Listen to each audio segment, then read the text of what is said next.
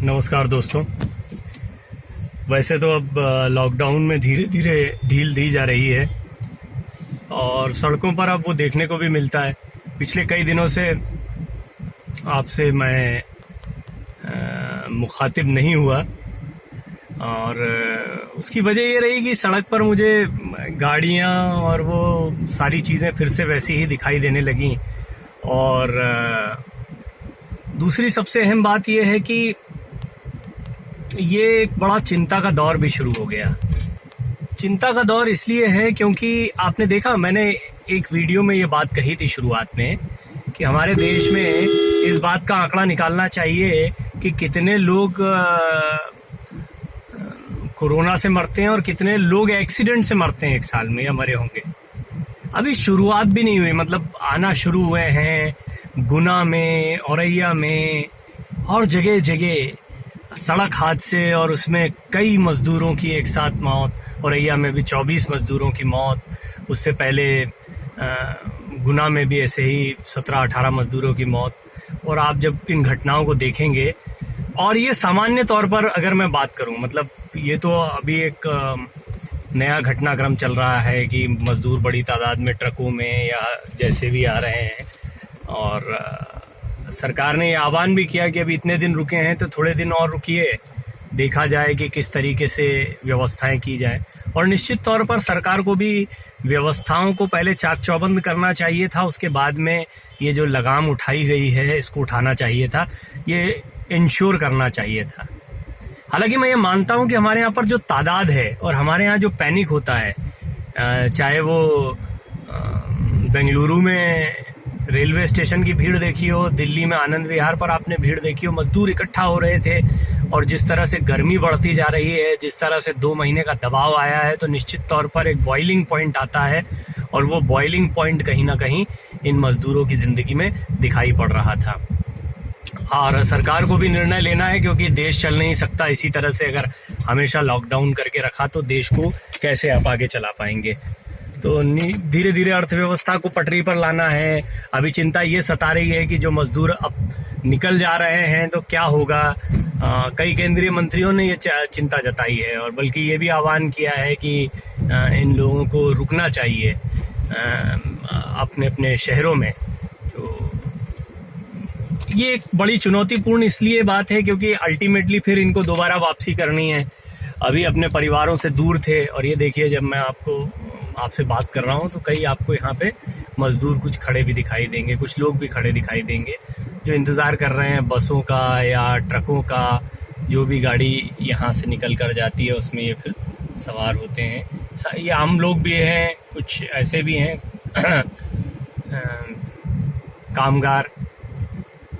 अब समस्या ये है कि बहुत जल्दीबाजी में हमने ये तो कर लिया निर्णय कि हमें सब लोगों को वापस भेजना है, लेकिन हमने साथ ही साथ में ये विचार नहीं किया कि क्या इन लोगों को भेजने के लिए हमने माकूल इंतजामात किए हैं। निश्चित तौर पर बड़ी आबादी के लिए इंतजाम करने में चुनौतियां आती हैं। एक चीज़ और मैं आज सड़क हादसे के ऊपर ये बात बोलना चाहता था कि पहले तो निवेदन ये है कि सरकार इन लोगों के लिए इंतज़ाम करे। आज जब मैं निकला हूँ तब भी मुझे सड़कों पर काफ़ी बड़ी तादाद में लोग दिखाई दे रहे हैं। निश्चित तौर पर लॉकडाउन खुला है तो, या लॉकडाउन में जो ढील दी गई है उसके बाद उन लोगों को जब भी जानकारी मिल रही है कि अब हम कहीं जा सकते हैं तो वो अपने घरों की तरफ दौड़ रहे हैं। तो इन लोगों के लिए सही इंतजामात किए जाएं सबसे पहले तो। दूसरी अहम बात यह है कि मैंने एक वीडियो के दौरान ये भी बताया था कि जब लॉकडाउन का दौर चल रहा था तो गाड़ियाँ किस तरीके से बेतरतीब चल रही थी, यदि आपको याद हो तो। अभी भी मैं आपको दिखाऊं तो जब मैं आपसे बात करता रहता हूं उसी दौरान कई ऐसे वाहन चालक होते हैं जो बिल्कुल इस तरह से गाड़ी चला रहे होते हैं कि उन्हें कोई होश ही नहीं है कि कोई सामने आ रहा है कि नहीं आ रहा है, जैसे ये सज्जन है।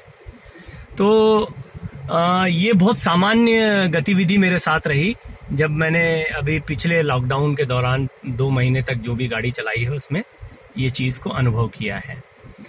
अब जब ट्रकों से मजदूरों को लेकर लोग निकल रहे हैं तो भी इसी तरह के हालात बन रहे हैं। कुछ तो वजह होगी कि एक के बाद एक दुर्घटनाएं हो रही हैं। अचानक से दुर्घटनाएं क्यों हो रही हैं? तो इसकी बहुत बड़ी वजह है कि असंयमित तरीके से गाड़ियों को चलाया जा रहा है। और ये आप जांच पड़ताल जब भी होगी तो निश्चित तौर पर ये निकल कर आएगा। और दूसरा, कहाँ गाड़ियां खड़ी हैं, किस गति में चलना है, इन चीज़ों का ध्यान नहीं दिया जा रहा है। तो सरकार को ये इंश्योर करना चाहिए, और जो ड्राइवर्स हैं वो अनधिकृत ड्राइवर्स जो हैं वो गाड़ियां लेकर ना निकलें, क्योंकि अधिकृत बसों के लिए जिस तरह पहले कुछ प्रावधान बनाया गया था वो प्रावधान बनाया जाना चाहिए। इन दुर्घटनाओं के बारे में इसीलिए चिंतन जरूरी है क्योंकि अभी आने वाले दिनों में और ऐसी घटनाएं होंगी। अभी तो हमारे सामने सामान्य तौर पर ये जो छोटे छोटे शहर होते हैं इनकी घटनाएं आ ही नहीं पाती थी, इस तरह की सड़क दुर्घटनाएं, क्योंकि हमारे देश के बड़े बड़े चैनल बड़ी बड़ी चीज़ों में व्यस्त रहते हैं। वो तो अभी क्योंकि मामला कोरोना का, और कोरोना के बाद लॉकडाउन, लॉकडाउन के बाद में फिर लॉकडाउन का हटना, लॉकडाउन 4 की घोषणा कुछ डील के साथ में, तो इन सब के बीच में वो ज़रा खबर इम्पॉर्टेंट लगती है। तो जहाँ भी जो मर रहे हैं उनके बारे में जानकारी आ रही है, लेकिन सड़क दुर्घटनाओं से मौत के बारे में तो नितिन गडकरी जी काफ़ी कुछ बोल चुके। उसके बारे में एक बाकायदा कैंपेन भी भारत सरकार की तरफ से चलाया गया। यानी हमारे देश में कोरोना नहीं मारता है, हमारे देश में और भी बहुत से कारण हैं। भूख मार देती है, सड़क दुर्घटनाएं मार देती हैं, और उससे कहीं ज़्यादा, जितने कोरोना से मरेंगे उससे ज़्यादा लोग तो इसमें मारे जा रहे हैं। कोरोना की चिंता सता रही है लोगों को। आज मैंने भी अपने मेरा बच्चा है 2 महीने का, उसका वैक्सीनेशन कराया। बहुत ही चुनौतीपूर्ण था।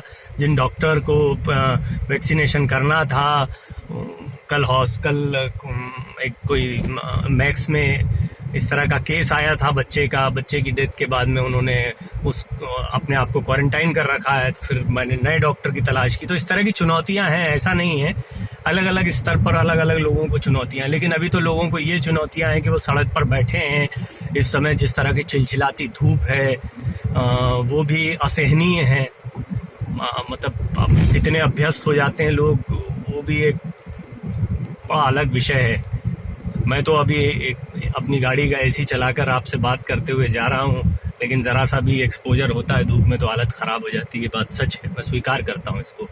मजदूरों की थोड़ी सहनशीलता ज़्यादा होती होगी, लेकिन इसके बावजूद ये असहनीय टाइप की अब गर्मी पड़ने लगी है इस इलाके में, और बड़ी तादाद में लोग मुझे सड़क पर दिखाई दे रहे हैं। मन बड़ा दुखी है, व्यथित है। और मैंने पहले भी कहा था कि लॉकडाउन तो हमें बचा कर रखेगा, लेकिन लॉकडाउन जिस दिन खुलेगा उस दिन बहुत सारी चुनौतियां हैं। कोरोना तो है ही, ये जो हमारे यहाँ पैनिक सिचुएशन क्रिएट होती है हमेशा, वो हमारे लिए और ज़्यादा चुनौतीपूर्ण बात होती है। तो मेरा निवेदन है जो भी अथॉरिटीज़ हैं कि वो कम से कम इस बात का ध्यान रखें कि किस तरीके से हमें अभी गाड़ियों के चलने पर या मजदूरों को गाड़ियां पर्याप्त तरीके से मिलें, इस पर किस तरह से विचार किया जाए। क्या बसों का परिवहन और सुचारू किया जाए, और कुछ व्यवस्थाएं होनी चाहिए, जो व्यवस्थाएं नदारद फिलहाल दिखाई पड़ रही हैं।